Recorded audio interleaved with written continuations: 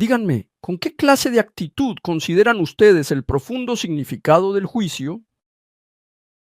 ¿No es acaso lamentable vivir pensando que el juicio no tiene absolutamente nada que ver con mi vida, que es algo completamente ajeno a mí? A menudo pensamos así. Lo importante es nuestro corazón. No basta con que nuestra alma esté limpia. Entonces, ¿está limpia su alma? Por eso, tendemos a considerar que el pecado, el juicio y la salvación son asuntos que solo ocurren en nuestro interior, en un ámbito invisible. Sin embargo, ¿será posible que nuestra vida llegue a ser así de sencilla? El ser humano no peca solo con el pensamiento, ni ama solo con el corazón. Elegimos con el cuerpo, deseamos con el cuerpo, herimos con el cuerpo y dejamos responsabilidades con el cuerpo. Si acaso este juicio final llegara a concluir únicamente dentro de nuestra alma, ¿en qué lugar deberían ser juzgados y resueltos todos los deseos oscuros, los actos de violencia física y las explotaciones injustas que hemos cometido a través de las acciones de nuestro cuerpo? ¿Es esta nuestra vida? ¿Que todo termina cuando morimos? Si nuestro propio cuerpo físico fue utilizado para el pecado, pero en el momento del juicio final ese cuerpo queda excluido, ¿podríamos llegar a decir que ese juicio es justo? Por eso la salvación en la Biblia no es solo una historia de almas que van al cielo. La salvación es la respuesta final de Dios para la totalidad del ser humano. No se trata solo del alma, sino que debe haber un juicio y una restauración plena de todo nuestro ser, incluyendo el cuerpo. ¿Significa la resurrección del cuerpo simplemente volver a la vida? ¿Simplemente nuestro cuerpo vuelve a la vida? No, las cosas no son de esa manera. Lo que esto realmente significa es que Dios declara solemnemente lo siguiente: he observado claramente todas las decisiones que tomaste con tu cuerpo, y no las paso por alto. Él dice que incluso los pecados cometidos con tu cuerpo, las lágrimas derramadas con tu cuerpo y todo lo que hiciste al mirarme con tu cuerpo, todo está dentro de mi juicio y mi salvación. Hoy nos encontramos ante una pregunta. ¿Por qué Dios no trata nuestros pecados solo en el corazón? ¿Por qué la salvación no se detiene en el alma y en cambio se completa finalmente con la resurrección del cuerpo? Ante esto, vemos que un juicio que solo trata el alma no puede ser completo y que solo la salvación que restaura el cuerpo revela plenamente la justicia y el amor de Dios. Y esto es lo que hoy llegaremos a conocer y comprender. Primero, Dios creó al hombre como un ser con espíritu, alma y cuerpo unidos. Fuimos formados del polvo, pero al recibir el aliento de vida de Dios, nuestro cuerpo no era un instrumento de deseo, sino un vaso sagrado que contenía la voluntad de Dios. El ser humano caminaba con Dios y, a través de su cuerpo, podía acercarse al árbol de la vida. La muerte no era el destino original del hombre. Pero, ¿la caída ocurrió solo en nuestro pensamiento? No, no fue así.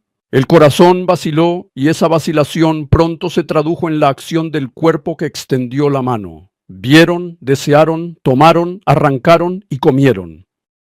La caída fue un acontecimiento espiritual, pero también fue algo que ocurrió en el cuerpo. En ese momento, el ser humano perdió la vida eterna y su cuerpo dejó de ser vida para ser un ser que camina hacia la muerte.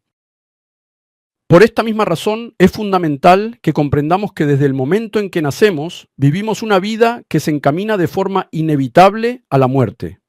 ¿No resulta muy triste vivir sin conocer esta gran verdad si no profundizamos en las enseñanzas de la Biblia? Ahora, con la palabra de hoy, deseo que la fe que rompe las cadenas de la muerte llegue a todos nosotros. El pasaje de hoy, Juan capítulo 5, versículos 28 al 30, es una parte en la que Jesús revela claramente quién es Él después de sanar a un enfermo en el día de reposo. En aquel entonces, los fariseos creían en la resurrección como restauración nacional, mientras que los saduceos la negaban por completo. En medio de esto, Jesús no se involucra en discusiones abstractas, sino que proclama el día en que las tumbas se abrirán con su propia voz. Jesús comienza diciendo esto, y en el capítulo 5, versículo 28, leámoslo de nuevo. Comencemos. No se asombren de esto, porque viene la hora en que todos los que están en los sepulcros oirán su voz. De repente aparece una palabra verdaderamente aterradora y extraña. ¿Qué significa eso? La expresión a destacar es los que están en el sepulcro. Llegará el tiempo cuando los que están en los sepulcros oirán la voz del Señor Jesucristo. ¿No os sorprendéis? Jesús ahora deja totalmente en claro que la resurrección no será simplemente un despertar espiritual, sino más bien un acontecimiento físico en el cual un cuerpo muerto de manera literal responderá a su voz. La resurrección no es cambio de mentalidad, sino suceso donde renace todo el ser. Las palabras que siguen al texto de hoy, versículo 28, son aún más claras. Leamos todos juntos el versículo 29. Comencemos.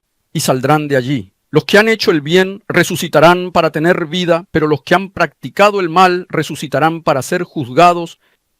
La resurrección de Jesús proclama que es un solo hecho, pero que su resultado se divide en dos. Aquí lo importante es la expresión los que han obrado. El actuar no se queda en una simple decisión del corazón. Se manifiesta en la vida y se desarrolla plenamente con el cuerpo. Por lo tanto, el juicio divino no se dirige solo al corazón, sino a toda la vida vivida a través del cuerpo. Si solo se evaluara el alma por separado, estas palabras no tendrían sentido alguno. Por último, Jesús habla así sobre la base del juicio en el versículo 30. Leamos todos juntos una vez. Comencemos. Yo no puedo hacer nada por mi propia cuenta, juzgo solo según lo que oigo y mi juicio es justo, pues no busco hacer mi propia voluntad, sino cumplir la voluntad del que me envió. El juicio no es por emoción ni juicio arbitrario, sino que es la voluntad de Dios Padre. Y el significado es justo y perfecto. Así Dios no escogió una justicia incompleta que juzga solo el alma, sino que si el pecado se revela por el cuerpo, el juicio debe incluir también el cuerpo para que la justicia sea completa. Este es el juicio final que recibiremos después de la resurrección. Pero estas palabras no solo pretenden infundir miedo, muestran claramente que la misma resurrección también puede ser una resurrección de vida.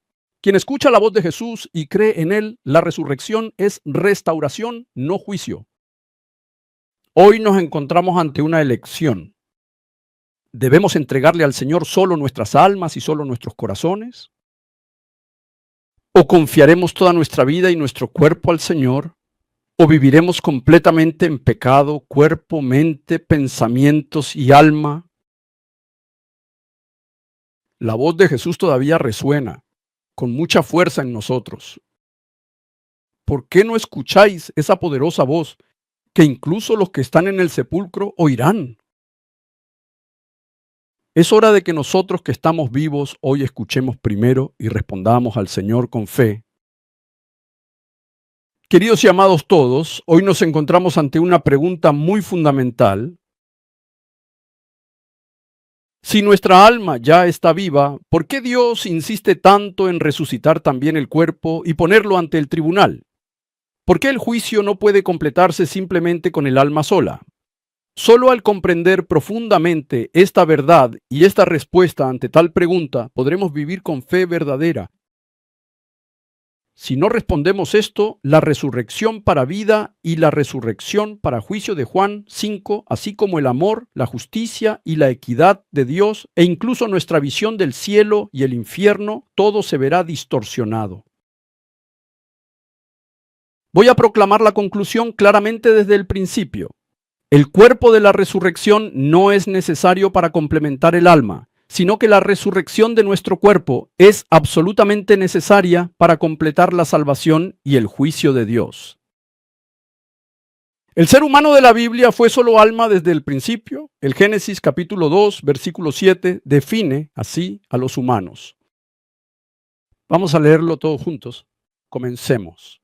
Y Dios el Señor formó al ser humano del polvo del suelo. Entonces sopló en su nariz aliento de vida y el hombre se convirtió en un ser viviente. ¿No resulta asombroso que los seres humanos seamos criaturas completas, formadas a partir del simple barro e imbuidas profundamente con la misma vida de Dios? Por lo tanto, un ser humano sin cuerpo no es el estado normal del que habla la Biblia. No es un estado natural de muerte, sino un estado incompleto. Así, el estado tras la muerte, con espíritu y cuerpo separados, no es el fin ni la perfección, sino un estado intermedio donde se rompe el orden de la creación. Por eso la Biblia no ve el estado del alma como el fin último. Hebreos lo declara claramente. Hebreos capítulo 9, versículo 27 y 2 Corintios capítulo 5, versículo 10. Leamos juntos estos pasajes. Así como está establecido que los seres humanos mueran una sola vez y después venga el juicio, porque es necesario que todos comparezcamos ante el tribunal de Cristo para que cada uno reciba lo que le corresponda, según lo bueno o malo que haya hecho mientras vivió en el cuerpo. ¿Hay algo tras la muerte? ¿No están ustedes viviendo como si la muerte fuera el final?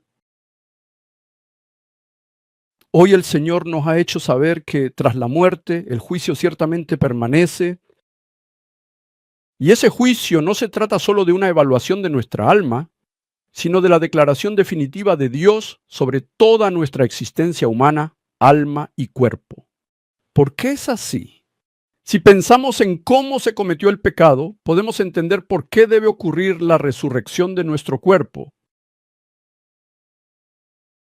El pecado comenzó con un pensamiento, se expresó mediante palabras, se materializó con acciones y se cometió en la vida que vivimos con nuestro cuerpo.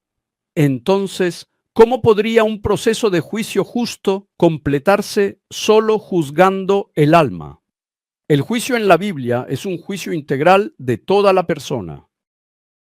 Por eso la Biblia habla necesariamente de la resurrección del cuerpo, porque el pecado no es solo un problema de nuestra alma, sino de toda nuestra vida, incluido el cuerpo. Por eso afecta a todo nuestro ser. Por lo tanto, la salvación como el juicio solo son justos si incluyen al cuerpo. Queridos y respetados miembros de la iglesia Holy Seeds, cuando comparezcamos ante el tribunal del juicio, el criterio será claro. Todo lo que hayamos hecho, sea bueno o malo, lo hemos hecho con nuestro cuerpo. El mal también se cometió con el cuerpo, y la vida de rechazo a Dios también se vivió en el cuerpo. Por eso, para que la justicia se cumpla plenamente, el juicio debe incluir la resurrección del cuerpo.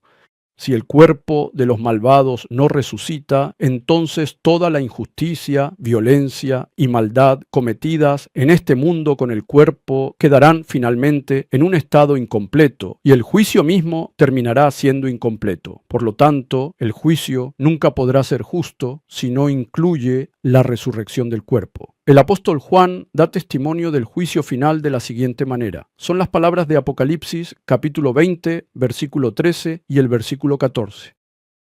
Leamos todos juntos. Comencemos. Entonces, cada uno fue juzgado según lo que había hecho.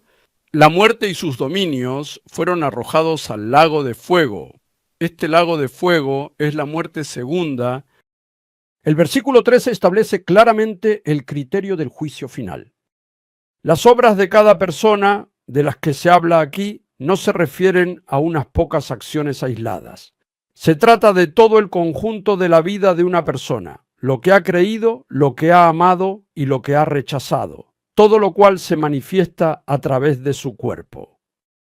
Por lo tanto, este juicio no es una evaluación abstracta, sino más bien un balance integral de toda la persona, que incluye las elecciones y acciones realizadas a lo largo del tiempo a través del cuerpo. Y el versículo 14 es aún más profundo. La muerte y el Hades también serán arrojados al lago de fuego. ¿Acaso aquí la muerte se refiere simplemente al cese de la respiración? No, no es así. La muerte es el poder de la muerte que ha dominado a la humanidad desde la caída, es decir, la estructura de gobierno de la muerte que ha devorado la totalidad de la existencia humana. Además, el Hades no es la forma final del infierno, sino un ámbito temporal donde las almas de quienes no creyeron en Jesús permanecen después de la muerte, antes del juicio final. Sin embargo, en el día final, Dios no solo pone a las personas ante el tribunal de juicio, sino que también pone ante el tribunal el propio sistema de la muerte que las mantenía cautivas, donde serán arrojados la muerte y el Hades, es decir, la muerte y ese orden.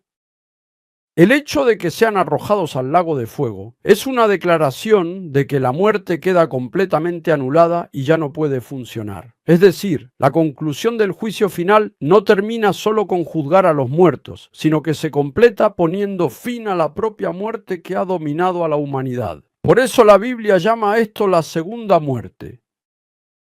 Si la primera muerte es la separación del cuerpo y el alma que llega como resultado del pecado, la segunda muerte es una separación eterna e irreversible de Dios, confirmada tras el juicio de Dios. Es una ruptura final, eterna, sin posibilidad alguna de restauración, aplazamiento ni estado intermedio. Esta es la razón por la que debemos creer absolutamente en Jesucristo. Esta es la razón por la que, si no creemos en Jesucristo, iremos al infierno. La conclusión definitiva que nos muestra el libro de Apocalipsis en capítulo 20 es que Dios juzga a todas las personas y que incluso la muerte misma, que ha devorado a toda la humanidad, será finalmente juzgada y eliminada para siempre. Por esa razón, Jesús nos advierte de manera muy clara en el Evangelio, según Mateo, capítulo 10, versículo 28. Vamos a leerlo en voz alta, despacio y con cuidado. Comencemos. No teman a los que matan el cuerpo, pero no pueden matar el alma. Teman más bien al que puede destruir alma y cuerpo en el infierno. Amén. Existen dos cosas fundamentales que Jesús quiere enfatizar aquí. Primero, que la autoridad humana es limitada. Hay personas que pueden amenazar seriamente nuestras vidas e incluso podrían llegar a matarnos. Pero Jesús claramente traza una línea. La violencia humana no posee la autoridad para determinar el destino final de una existencia, ya que solo puede acabar con la vida física en esta tierra, pero jamás podrá tocar el destino eterno del alma. Por esta razón Jesús les dice a sus discípulos que no deben vivir con temor a las amenazas y los juicios de la gente. En segundo lugar, el juicio final no es solo un asunto del alma, sino que involucra a todo el ser, cuerpo y alma. Es decir, esta advertencia de temer a Dios no busca infundir terror, sino proclamar el orden de la fe de que la autoridad final no pertenece al ser humano, sino a Dios. Esta palabra no nos llama a vivir bajo la evaluación de los hombres, sino a prepararse para el tribunal de Dios. Esto no busca solo infundir temor en los creyentes, sino que, al contrario, se presenta como la mayor esperanza para todos nosotros. El capítulo 15 de Corintios describe así el cuerpo de la resurrección. Leamos juntos los versículos 42 al 44 del mismo capítulo. Así sucederá también con la resurrección de los muertos. Lo que se siembra en corrupción resucita en incorrupción. Lo que se siembra en deshonra resucita en gloria. Lo que se siembra en debilidad resucita en poder. Se siembra un cuerpo natural y resucita un cuerpo espiritual. Si hay un cuerpo natural, también hay un cuerpo espiritual. Amén. ¿Están ustedes un poco confundidos y no están seguros de lo que estoy hablando? El argumento de Pablo es que la resurrección no es la ascensión del alma, sino el paso del cuerpo a un nuevo orden. Sembrar en corrupción y resucitar en incorrupción no solo alude al material original, sino que es una declaración de que el estado y destino del cuerpo cambian por completo. Sembrar en deshonra y resucitar en gloria significa que la vergüenza y la impotencia, dejadas por el pecado y la muerte, son eliminadas y que seremos restaurados a una forma de existencia gloriosa, digna ante Dios.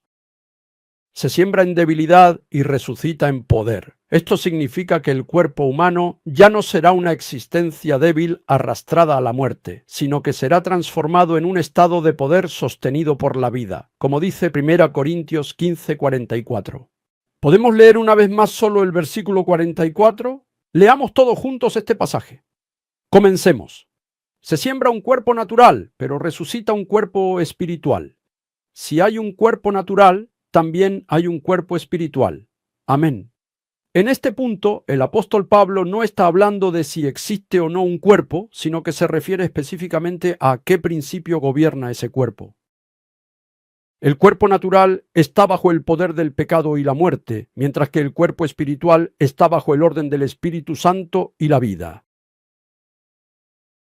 El cuerpo no desaparece, su soberanía cambia. El cuerpo espiritual no implica que la materia se esfume, sino que permanece, pero con una soberanía en estado perfecto. Se habla de un estado donde el cuerpo está bajo el gobierno perfecto del Espíritu Santo. Nuestro cuerpo actual, mientras vivimos, está influenciado por el pecado, se enferma, envejece y es arrastrado por la muerte. Por eso morimos. Esto es lo que significa que se siembra en debilidad humana. Sin embargo, el cuerpo espiritual de la resurrección, ese cuerpo espiritual, ya no será arrastrado por el pecado ni estará sujeto a la ley de la muerte, sino que será sostenido por la vida y restaurado con capacidades y funciones plenamente apropiadas para el eterno reino de Dios. Esto es lo que significa realmente que resucita en poder. Por eso, solo con el cuerpo espiritual de la resurrección es posible la vida eterna en el nuevo cielo y la nueva tierra. Solo de esta forma podremos permanecer en el reino de Dios, servir a Dios, relacionarnos con Él y tener parte en su gobierno. ¿Podemos caminar solo con el alma? No, no podemos caminar. Y ya tampoco podemos servir ni gobernar. Dios creó al ser humano desde el principio como una unidad de cuerpo y espíritu, y la salvación es restaurar completamente ese propósito de la creación.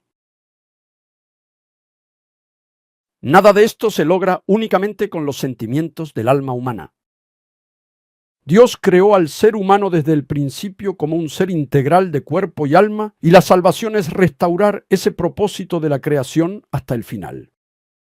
Por lo tanto, la conclusión es clara. El Apocalipsis proclama que el poder de la muerte será eliminado al final. Jesús advierte sobre el juicio final del cuerpo y el alma, y Pablo proclama ahora la esperanza de la resurrección con un cuerpo espiritual.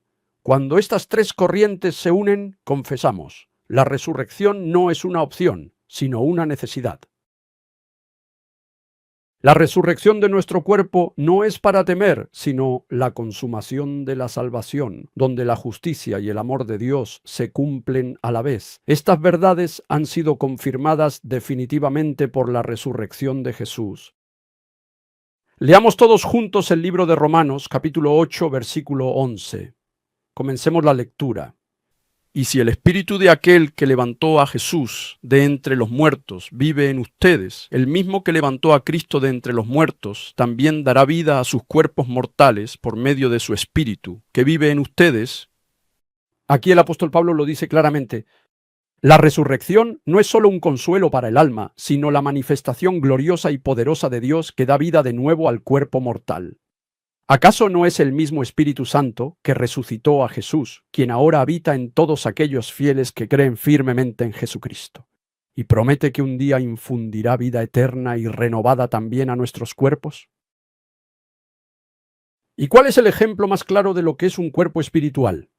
Es el cuerpo de Jesucristo resucitado tras su victoria sobre la muerte.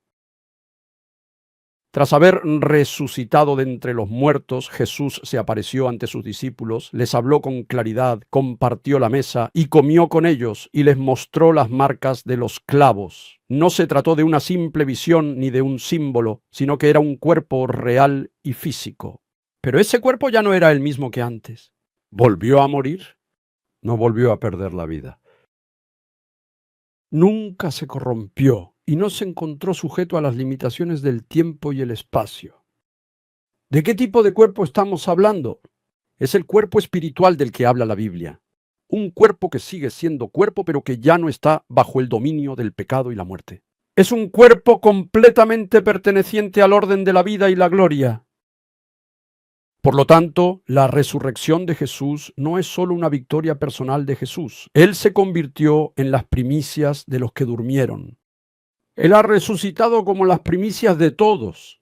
La misma forma en que Él resucitó es la misma manera en que todos nosotros resucitaremos. Como Jesús resucitó en cuerpo, la muerte ya nunca más es la señora y dueña de la humanidad. La tumba no es el final, y después del juicio, la vida permanece. Y a nosotros que creemos en Jesús se nos ha dado la misma resurrección, la misma vida y la misma gloria como una promesa segura. La muerte ha sido derrotada. La resurrección ya ha comenzado verdaderamente. Y nuestra propia resurrección seguramente se completará de forma plena en Jesucristo. La salvación no se trata solo de trasladar el alma al cielo. Es la obra completa y perfecta de Dios de restaurar la totalidad de la existencia humana rota por el pecado a través de Jesucristo. Por tanto, la salvación no es una elección pasiva para evitar el infierno, sino una decisión decisiva y eterna de pasar del orden de la muerte al orden de la vida mediante la fe en Jesucristo, y es la santa promesa de Dios de vivir con Dios como una persona completa. Amados todos, el corazón de Dios Padre es verdaderamente gozoso y misericordioso. Nuestro Padre no es alguien que quiere preservar solo nuestras almas, sino alguien que se deleita en revivir nuestras almas y cuerpos quebrantados por el pecado y conducirlos a la vida eterna. Él no se da por vencido ante la muerte, ni se aleja del sepulcro, sino que llama a la vida a todo nuestro ser mediante la resurrección de su Hijo unigénito. Ese inmenso amor y esa gracia infinita son el corazón mismo de Dios Padre. Por eso, hoy mismo debemos volver al cálido abrazo de Dios Padre, a la gracia de Dios que nos confía el alma, el cuerpo y la vida y nos salva hasta el fin. Sinceramente espero que respondas con fe. La fe, según el sermón de hoy, no es solo creer que el alma se salvó, sino que creyendo en la resurrección de Jesucristo, uno ofrece su cuerpo y su vida entera al Señor. Una persona de fe no es alguien que se acobarda ante el temor del juicio, sino alguien que se aferra a la gracia de la cruz y vive dando testimonio de Jesús con su cuerpo. Por lo tanto, una persona de fe no es alguien que simplemente espera entrar algún día al cielo, sino un precioso Hijo de Dios que vive plenamente en la vida de resurrección, aquí y ahora. Queridos y amados todos, hoy debemos confesar una pequeña cosa. Debemos arrepentirnos sinceramente, porque somos pecadores que hemos vivido sin conocer esta verdad, o mejor dicho, sin negarnos a conocer esta gran verdad. ¿De qué manera tan perversa, maliciosa y obstinadamente has decidido alejarte de Jesús? Aunque decimos que creemos en Jesús, ¿no es cierto que hemos estado llevando nuestras vidas y cuerpos, actuando según nuestra propia voluntad? Recuerda bien que el arrepentimiento no es solo un error por ignorancia, sino el hecho de reconocer el pecado al ignorar la verdad que todos deberíamos conocer. Espero que ahora te arrepientas del pecado de mantener tu fe en meros pensamientos. Debemos arrepentirnos de no seguir a Jesús con palabras, acciones y toda nuestra vida. Restauremos nuestra fe en este mismo día. Te bendigo hoy en el nombre de Jesucristo para que el verdadero arrepentimiento, que implica un colapso total ante la cruz y un nuevo resurgimiento en la esperanza de la resurrección, llegue a ti. Queridos miembros de la Iglesia Holy Seeds, en este momento no debemos buscar ningún otro nombre. Decidamos buscar solo a Jesús, creer solo en Jesús y vivir únicamente en la gracia y la vida que el Señor nos da.